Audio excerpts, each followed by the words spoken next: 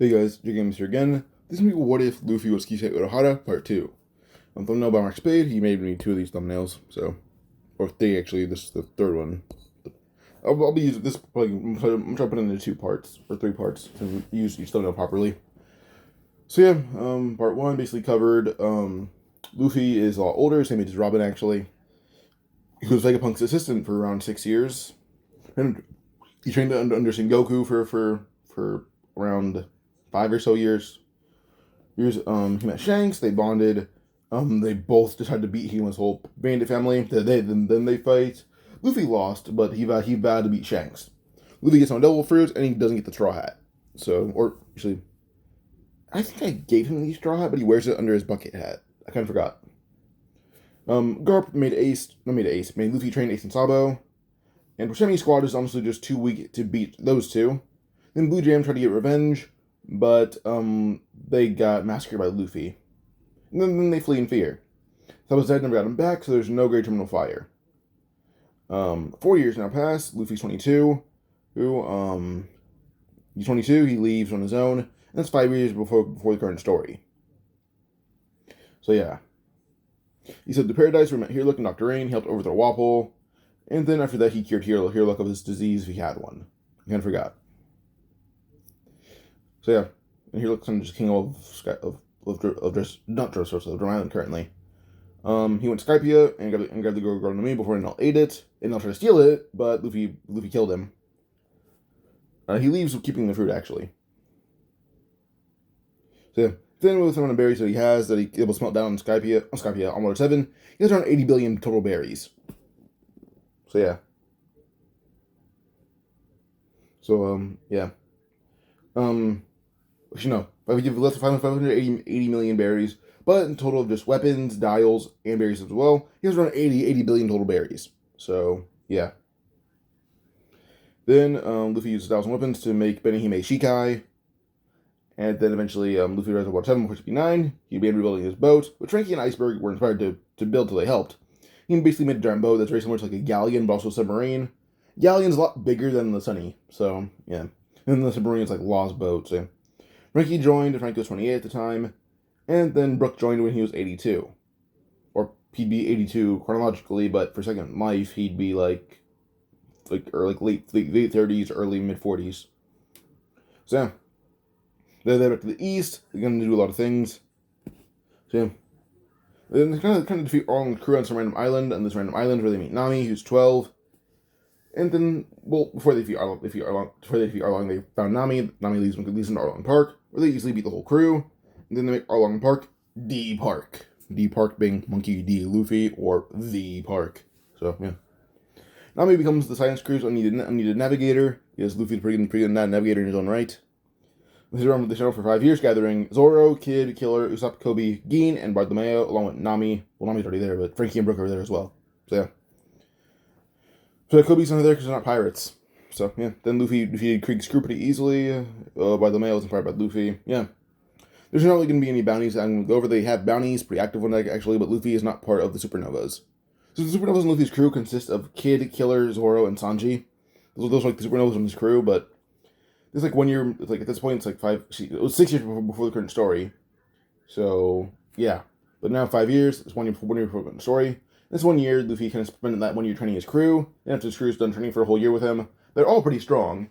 So with this, they said around the East Blue a bit more, defeating random pirate crews, including Buggy's and Alvida's.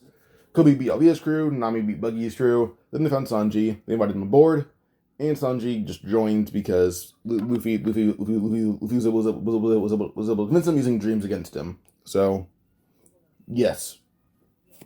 After this, they leave, heading over Reverse Mountain because they do meet Smoker, but Smoker is kind of cool with Luffy because yeah, they have a bounty, but Luffy's not a pirate. Plus, he can beat Smoker in seconds. It's not too hard. So yeah, so they head over Reverse Mountain. They chill out there for a bit. They do find Crocodile first they head to Whiskey Peak and they beat everyone there pretty easily as Luffy knows they're bounty hunters. He can feel killing intent.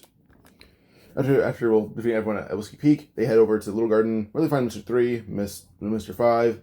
Miss Valentine and Miss Golden Week, along with the mole rat thing and then the vulture. But Sanji cooks those two for dinner. Mr. 5, Luffy takes all of his blasts as Luffy's insanely durable. So, yeah. Luffy just appeared behind him using Shunpo and cut his head off in a split second. So, yeah. There's 3 fights basically against Kid, who just grabbed him by the face and just sent him into the ground as hard as he can, which made a giant crater and almost killed him. So, yeah. And with this, we go on basically Miss Golden Week, who's just confronted by, like, Kobe. Kobe tries to knock her down, so she tries to paint on him, but he appeared behind her and chopped her back in the neck, knocking her out. That easy. So, yeah. After that, it'd be Miss Valentine, who just tries to crush Frankie, but Frankie picked her up with one hand and threw her into the ocean, and walked away. Then she ran, saving her, but called Frankie a heartless bastard. So, yeah. After this, we go on. I'm going to say, like, we can go on to maybe, like, probably just Drum Island now, where Luffy has already been there. He met Chopper, and Chopper joined him as their doctor. Chopper agreed, asking why Luffy wasn't the doctor, though. Luffy says he is, but he has a lot of other duties. And Chopper's like, okay then, and joins. So, yeah. He looks aside to Luffy, and so does Dolphin and Dr. Rain. Next up would be Drum Island. It'd be Alabasta, but Robin just warned Crocodile that Luffy's coming, which made him a bit nervous. But then they're met with millions and billions at the dock. But Luffy told their newer guys like Bartholomew, Geen, and Kobe, and Chopper to go fight them. And they did, easily beating them. To the point where the numbers are at the dock as well. Mr. One is confronted by Geen, who puts his Tompa up. The fight is a bit more even between the two, but eventually Geen got the upper hand and beat him. I was wondering why it's Geen, because Luffy told the newer guys to fight everyone there. So, yeah. Geen easily beat Mr. One and Miss Doublefinger. Then it goes on past that to basically Mr. 2 versus Kobe. Kobe isn't like Sanji, so he can actually land hits, and Kobe's about as strong as Sanji is currently. Not currently, but... Kobe's been training from Luffy for a whole year, actually. He's probably a bit stronger than Sanji is. So beating Mr. 2 is pretty easy, actually. Mr. 4 has to fight against Sanji, and he's supposed to crew longer, so he doesn't have to fight. Sanji easily beat Mr. 4. Miss Merry Christmas. Well, Sanji didn't really beat her, but he kind of just tired her out to the point where she passed out. So, yeah. And everyone else is pretty easily beaten by Bartholomew and everyone else, because he just used a barrier and destroyed everyone in his path. To the point where he even destroyed Crocodile, who arrived after hearing Mr. One was defeated by some random. They're like, the Crocodile arrived, Dean just used a barrier. Bartholomew used like a barrier to send him flying through multiple buildings, which knocked him out immediately. Ace is currently there, so they talk to Ace for a bit. Yeah, they leave. Ace leaves. And Luffy says, so he'll keep an eye out for Blackbeard for Ace. So with Alabasta ending that quickly, they leave.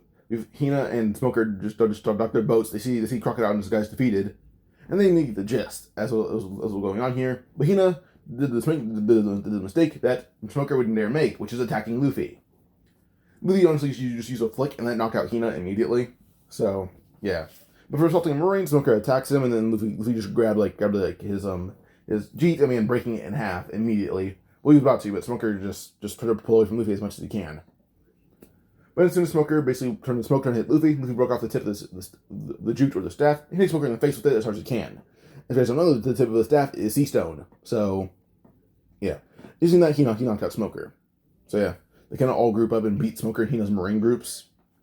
Which do enhance their bounties to a decent amount, as they also beat Crocodile's guys, but, yeah. They leave at Najaya, where they chill out here for a bit. And, well, Nami doesn't tell Luffy about trouble, because, well, Luffy doesn't really cause trouble unless someone starts it first. So, yeah. And when Bellamy started to mess with Luffy maybe been insulting Bellamy, he's insulted Bellamy so hard that his pride was being destroyed slowly. He's just ripping into Bellamy disrespectfully because he can. And then when Bellamy tried to hit him, Luffy hit him in the face once, and that destroyed Bellamy's jaw entirely. So, yeah. So, yeah, after Bellamy defeated, they eventually leave, and Luffy finds Blackbeard, and calls Ace as he walks away. So, yeah, Ace is on his way to Jaya right now. Now, with this, Luffy basically would go with the Straw Hats to meet with Cricket, as Luffy gave him medicine for his sickness, for his diving sickness. So Cricket doesn't really get sick, and he goes to Sapia with them, hang out there for a bit, where Burke is still around. And Luffy even has a giant statue erected in his honor for saving them against the tyrant being Enel, but Enel wasn't really... No, not because of the tyrant, but Luffy kind of eliminated a lot of crime while he's there as well by defeating random people who annoyed him, who happened to be criminals at the same time. Luffy eradicated a lot of crime, and was also kind of a really good guy to them. So, yeah. Plus, he also kind of re-engineered some of their dials, making them all more powerful, so he even reinvigorated the military there. So, yeah, Luffy's kind of a savior and god to them. And Luffy says this is his biggest base yet. So, yeah, because Earth is kind of this whole base itself, which is the city of gold. So, yeah. But, yeah. They find the golden bell. He brings Robin to read the poneglyph. And, yeah. Next step would be Water 7, and while they're here, everything goes relatively similar, except beats up the Frankie family disrespectfully, because it was easy to beat them up. But then eventually, well, not Frankie family, it was more or less just a random gangster family who happened to be having old members of the Frankie family. And they didn't know who Usopp was, so yeah. Until Frankie confronted these guys and then defeated the whole gang family himself. So yeah. Like, Usopp beat up a few random henchmen. Henchmen brought in numbers until they found Frankie. Frankie beat up all the numbers they had. But now, because Luffy and Frankie left before CP9 was there, well, CP9's here now. CP9 found Frankie and immediately knew he was the one that had blueprints to Pluton. And the ship that they have is currently doesn't really need many patch-ups. They're honestly here to say hi. That's about it.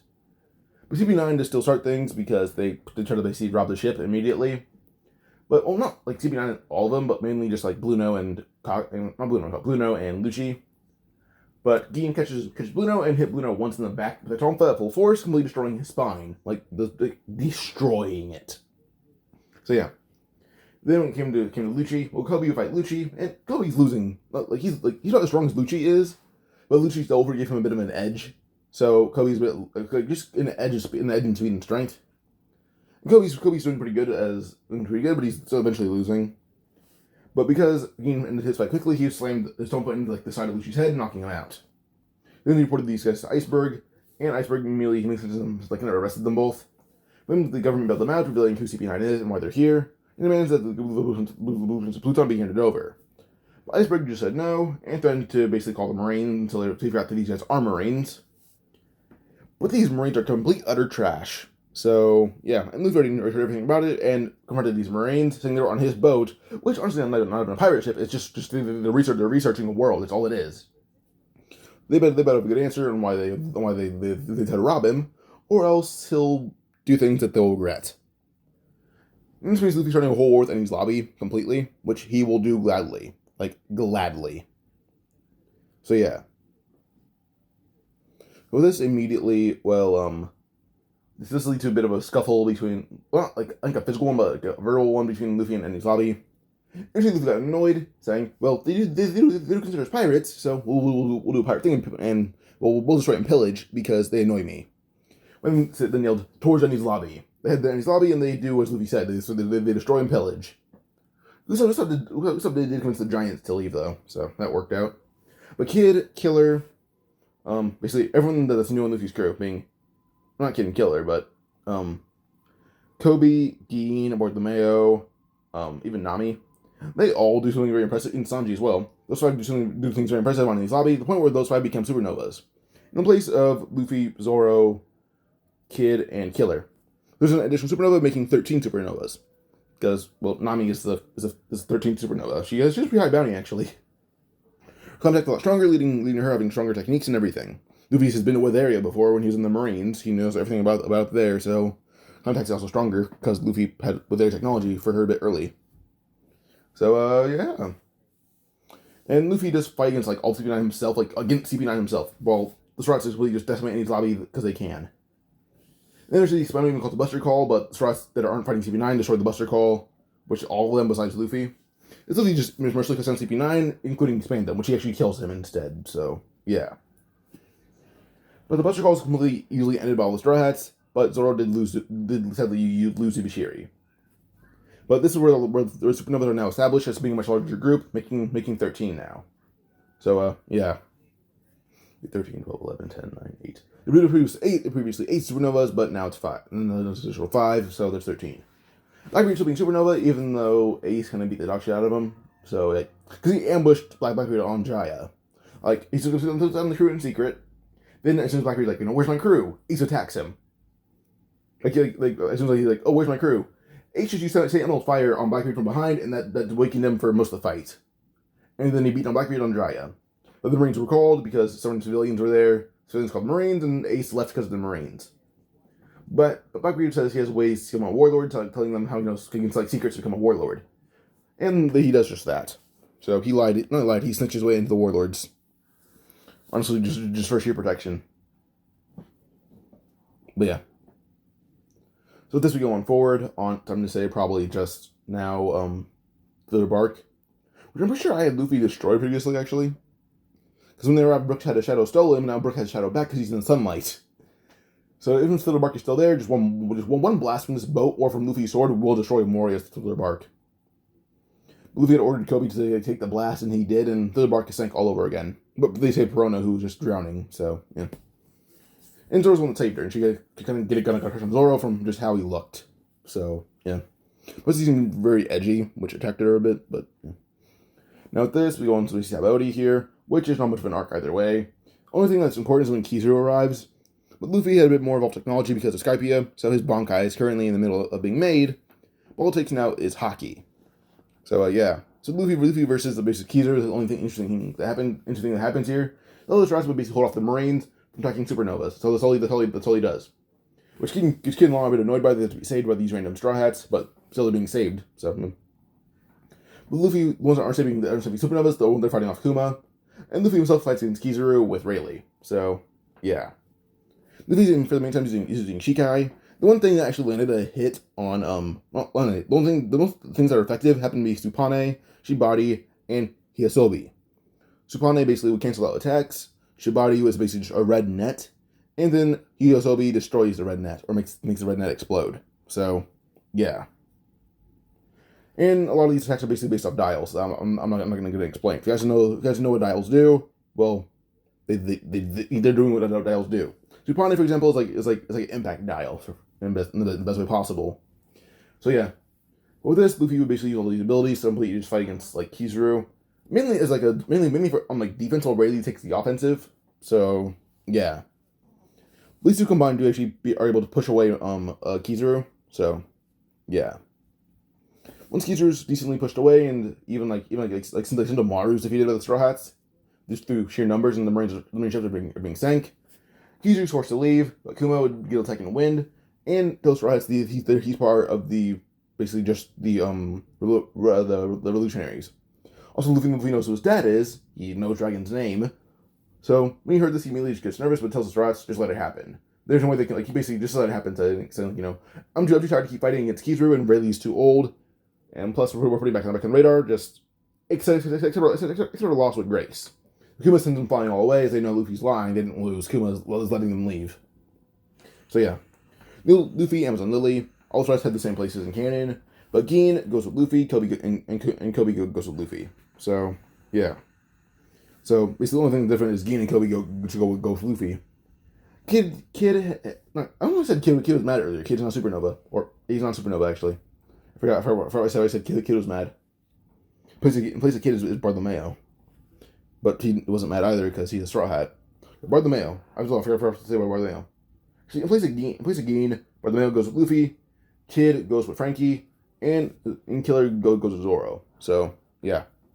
But Luffy, Bartholomew, and Kobe are on Lily. They're stranded for a bit, but they don't really care that much, and they're not captured at all. Luffy says he kind of just here on an expedition. He doesn't plan to go to Lily. He's kind of just collecting mushrooms for exotic foods. Boa Hancock would arrive and hear about this. She actually wants to scare off Luffy using her double fruit on Bartholomew and Kobe.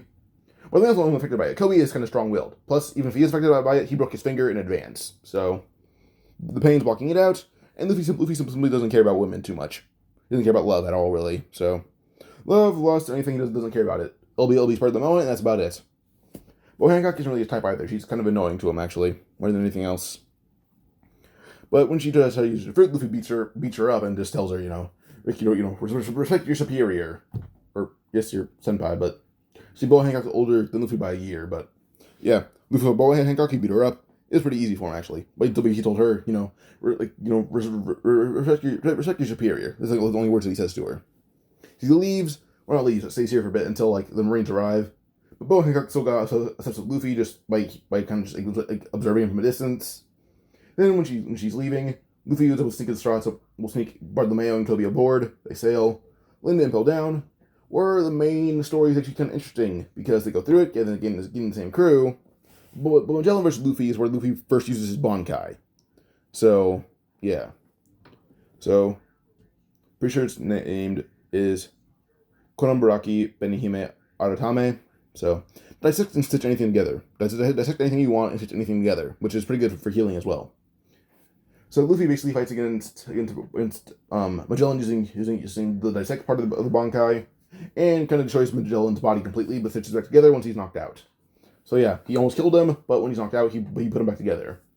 So yeah, but his hand is covered in poison now, which he has to heal. So yeah, well, kind of what he did, kind of like cut his arm off and then put it in bandages. When it's ready, he'll put it back together. So yeah, but by the time around 12 hours had passed, his arm is fully healed again, and he stitches it back on. It was on ice for those whole 12 hours. But yeah, once with his arm back on, it works. So yeah. Now they eventually find Jinbei. Luffy frees Jinbei by cutting apart the cage using his Shikai. And, yeah. They also free Crocodile. They leave, and then eventually they use a marine ship to escape. But, yeah. On the way out, Bartholomew uses a barrier and signs Magellan into a whole cell. And because he's covered in sea stone, and also sea stone remains, he can't really use Delver too much, and he's too tired after his first beating. So, yeah. Also, with how long he was out, a few things are influencing his clothing choice right now, so he's kind of just very, very, very restricted right now because of his clothing choice. As far as saying, Magellan's on the toilet 10 hours a day, and he missed one of the toilet appointments while he was unconscious. And Raising woke up, the straws are escaping all over again, so you guys can imagine why he's being restricted by his clothing. But yeah. Next up, Marineford. Luffy has full control over his Bankai right now. He easily owns Marineford disrespectfully. Plus, they have Bartholomew there. Like, when they arrive, Bartholomew uses a giant barrier on the side of the pirates, and the pirates can't launch any attacks, so the marine attacks are all failing, and they allow Marco to actually get unlocked from seastone cuffs, and then Bartholomew pushes the barriers towards all the marines, destroying a lot of them. So yeah. This also gives Luffy Bankai prep time, so yeah. Immediately first like Kuma cutting off his hands, then like stitching them onto his back so he can't reach them at all. So yeah, then with Kuma can just brought by just tons of attacks being taken down. Luffy fights against Dofi, and easily beat him pretty easily by destroying his strings using Bankai. But then Luffy has to fight against all the three admirals, along with Garp and Sengoku.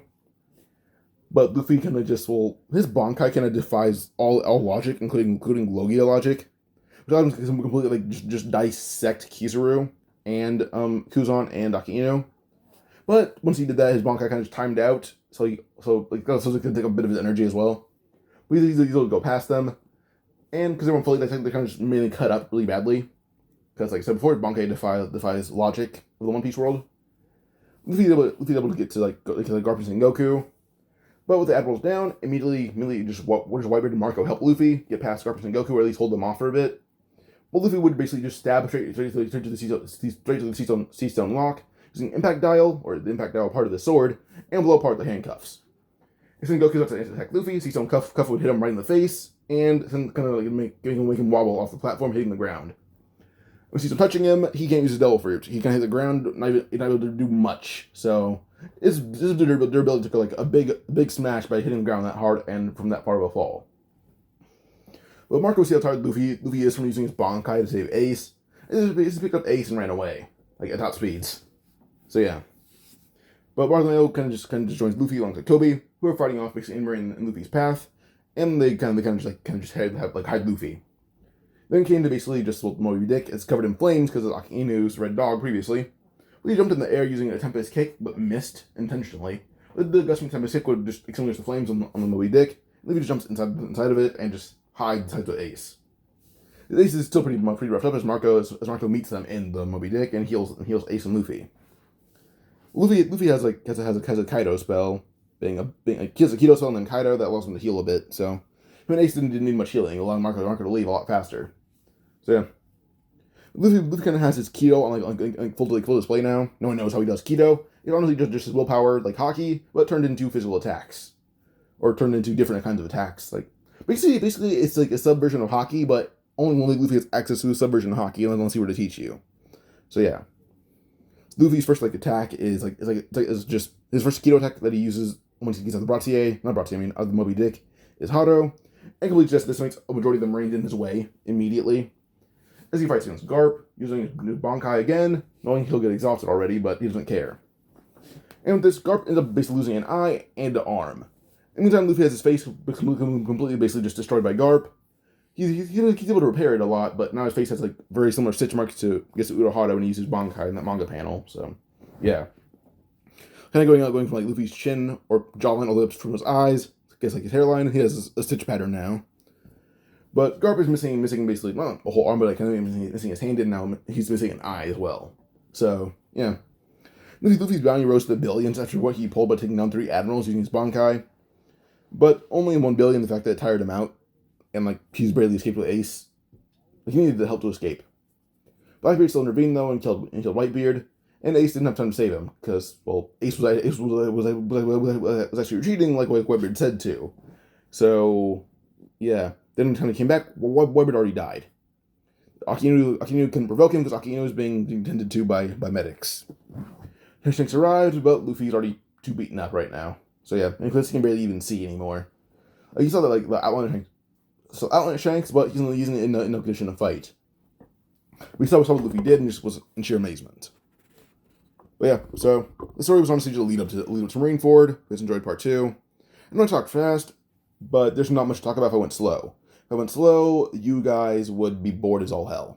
I'm doing that right now. So, yeah, if you guys enjoyed, like and subscribe for another What If, or another part, like part 3, which would conclude the story. So, yeah.